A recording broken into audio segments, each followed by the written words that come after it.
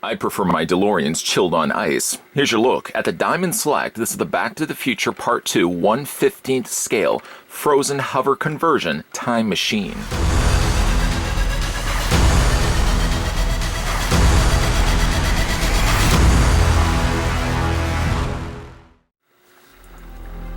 Built on an aluminum body sports car for its conductive materials, the time machine designed by Dr. Emmett Brown is nearly as fast on the ground as it is in the time stream.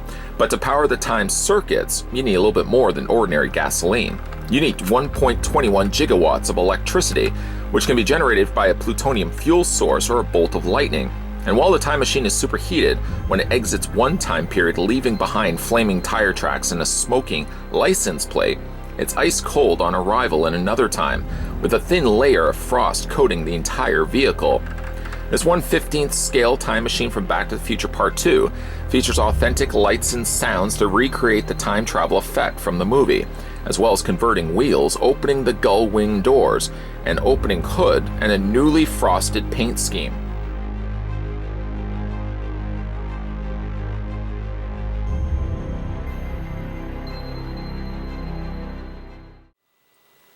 Just before we decide to take any time traveling trips, the first thing we're going to do is actually figure out how long the DeLorean actually is.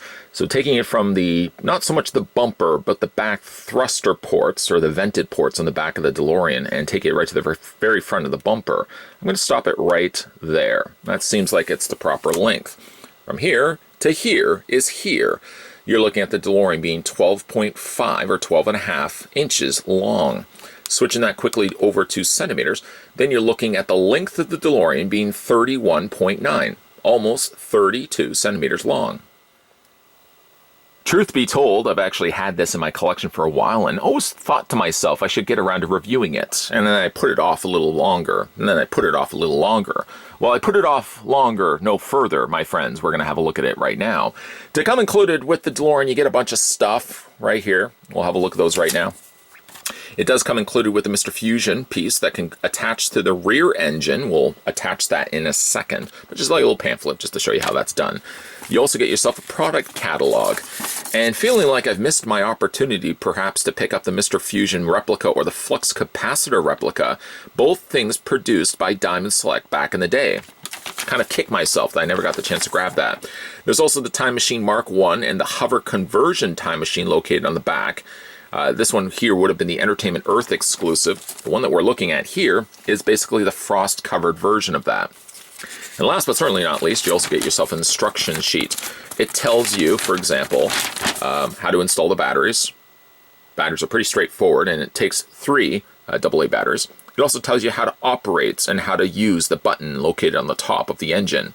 I'll show you guys that also in a second as well.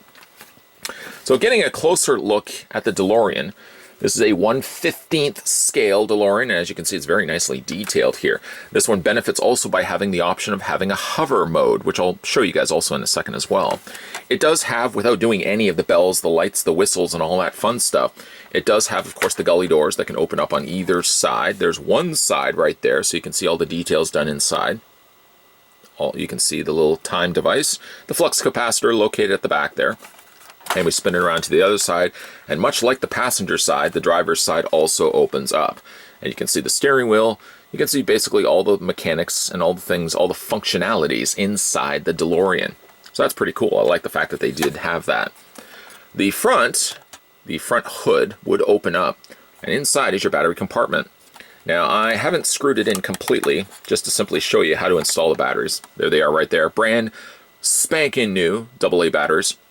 I've installed those already, so we have a nice fresh batch of power. No plutonium required here, just 3 AA batteries. And like I said, this just tucks back into place like so. You screw that back in. You have on, you have off, or you have play, you have off, and you have try. Try, of course, only cycles through some of the sound effects, while, of course, play will give you the full benefit, full options. You flip it on the underside, and you've got this little bar here, this slotted area here with a little knob. When you bring that in, this will fold the tires inward. Really clever the way that they've done that. And you can get yourself the hover mode. I'll show you guys that also in a second as well. So why don't we go ahead and take the Mr. Fusion It's very tiny. It's very small. You can see it's been labeled as well. It says Mr. Fusion there. Very tiny. Unfortunately, there's like a seam line right here. So the sticker sort of has to overlap between two sections right there. But nonetheless, I mean, it looks like it's been done in clear plastic, and everything else but the clear has been painted in white. There's a little opening on the bottom section here that you can just go ahead and attach that. I can understand that they probably left off Mr. Fusion simply just because it would be something that could run the risk of breaking. But when you put it on, you sort of have to wiggle it back and forth until eventually it gets back on there. One good thing is at least you can leave it off if you wanted to. And in some ways, then this would just be the Back to the Future 1 DeLorean. So let's go ahead and cycle through some of the... Actually, you know what? Before you look at some of the sound effects and see some of the lights and stuff, let's have a look at some of the details done here. Unfortunately, though, you can see there's no company branding there on the front of GMC. They've completely left that off. You have the full headlights. You have the wires running on the side, running along the bottom of the gully doors, and you've got the full layout engine located on the back. All of this, of course, as you can see, has been given a nice, very generous dusting of white paint to give it that look, to simulate the idea that's frost covered. And you've also got something that's new to, of course, the Back to the Future 2 DeLorean. You've got the more futuristic barcode license plate, so it's nice to see that they've got that. The tail lights will light up. The headlights will also light up, and in some cases also the little bar here will also light up a nice bright blue. So to cycle through the sound effects, once of course you've included the battery, you're going to press this button right here, and this will cycle through. Technically it does like a half and half. It does 5 sound effects and lights based on the way that the wheels are configured right now. Oh, by the way as well, in case you're wondering, despite the fact it does have a hovering conversion, the vehicle, the DeLorean, rolls perfectly fine. But like I said, it does do 5 sound effects and lights based on the wheels being down, and then it does 5 sound effects again based on the tires being pulled in for hover mode. To go ahead and press the button, we're just again going to activate it from the front, and again it'll cycle through 5 of them.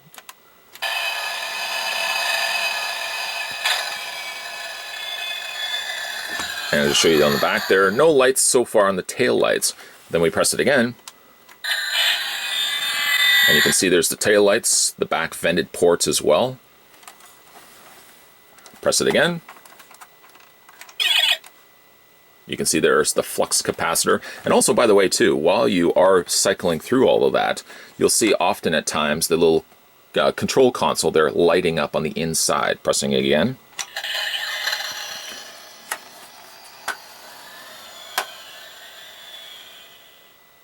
Now, it does have 5 sound effects. The first time travel, the car trouble, revving up and winding down, opening the door and revving up and peeling out.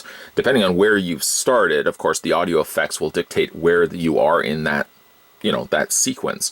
Again, pressing the button again. This would be the revving up and peeling out. So this would be the final audio effect. As you can see, there it is on the back there, fully lit up. One other thing you can also do too, and they've done this a lot with their Star Trek starships, is that you can also take that button and you can hold it down for 3 seconds. I like to sometimes hold it down by 4. When you let go of it, it does then cycle, and as you can see, gives you the full lit up effect here. There's what it looks like on the back, and as you can see, it's fully lit up. Now it leaves, it goes to another time, and as you can then see, it comes back with a reappearing sound effect with a nice bright light from the headlights there. Very cool the way that they've done that. Then to switch this over to hover mode, you're simply just going to flip the vehicle upside down, and you're going to take this knob and you're going to run it along this track, and while you do that, you can see then the tires fold in on themselves and you've got yourself a hover mode. The hover mode does look good. As you can see, the tires now retracted inward. They still technically spin by the way everything's been connected to itself. The only thing that is a bit of a downside to this is when you are displaying it, it sort of just rests on its tires. I feel like Diamond 4, at the time of releasing this, what they probably should have done is if they flipped this upside down, and I had like a little knob area here, like a little open slot, where you could actually have attached it to a display stand. Not to the case where it had to be a ball joint like some of their starships, but at the very least, if they had attached it to a post, a standee of some sort, you could at least then have the DeLorean hovering. I mean, having it on ball joint would be fantastic because you'd be able to tilt the DeLorean in different angles and poses. But again, to cycle through those sound effects, now you'll be getting 5 different sound effects based on the fact that the tires are now in a hovering configuration. I'm going to press that button again. You can see there's the flux capacitor on the inside there. That's the engine starting up. And press it again. There's the time circuits engaged.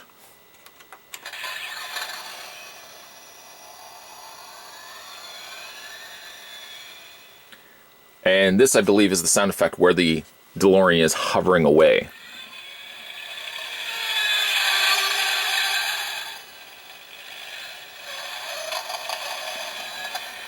Now, you'll notice that some of the sound effects seem almost similar to the ones that they were when the tires were down. So the sounds are supposed to change, although some of them I do notice sound the same. Again, you can still hold the button for 3 seconds.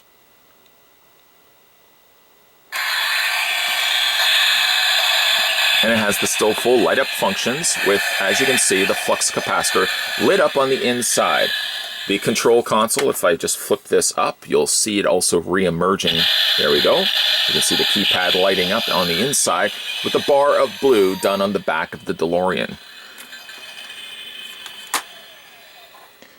All in all, it's a really neat looking vehicle. The only thing I would have added to this release by Diamond was maybe again to incorporate like a hole located on the bottom, so that again you could have attached this to a post. They've done it similarly enough with many of the Enterprises that they've released in the past.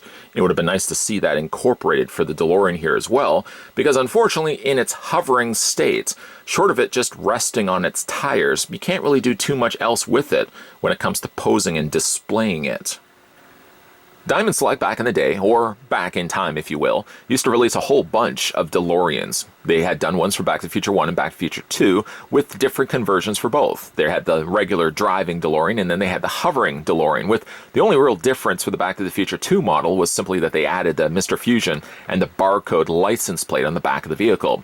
Speaking of license plate, a correction I had said during this review, I said GMC.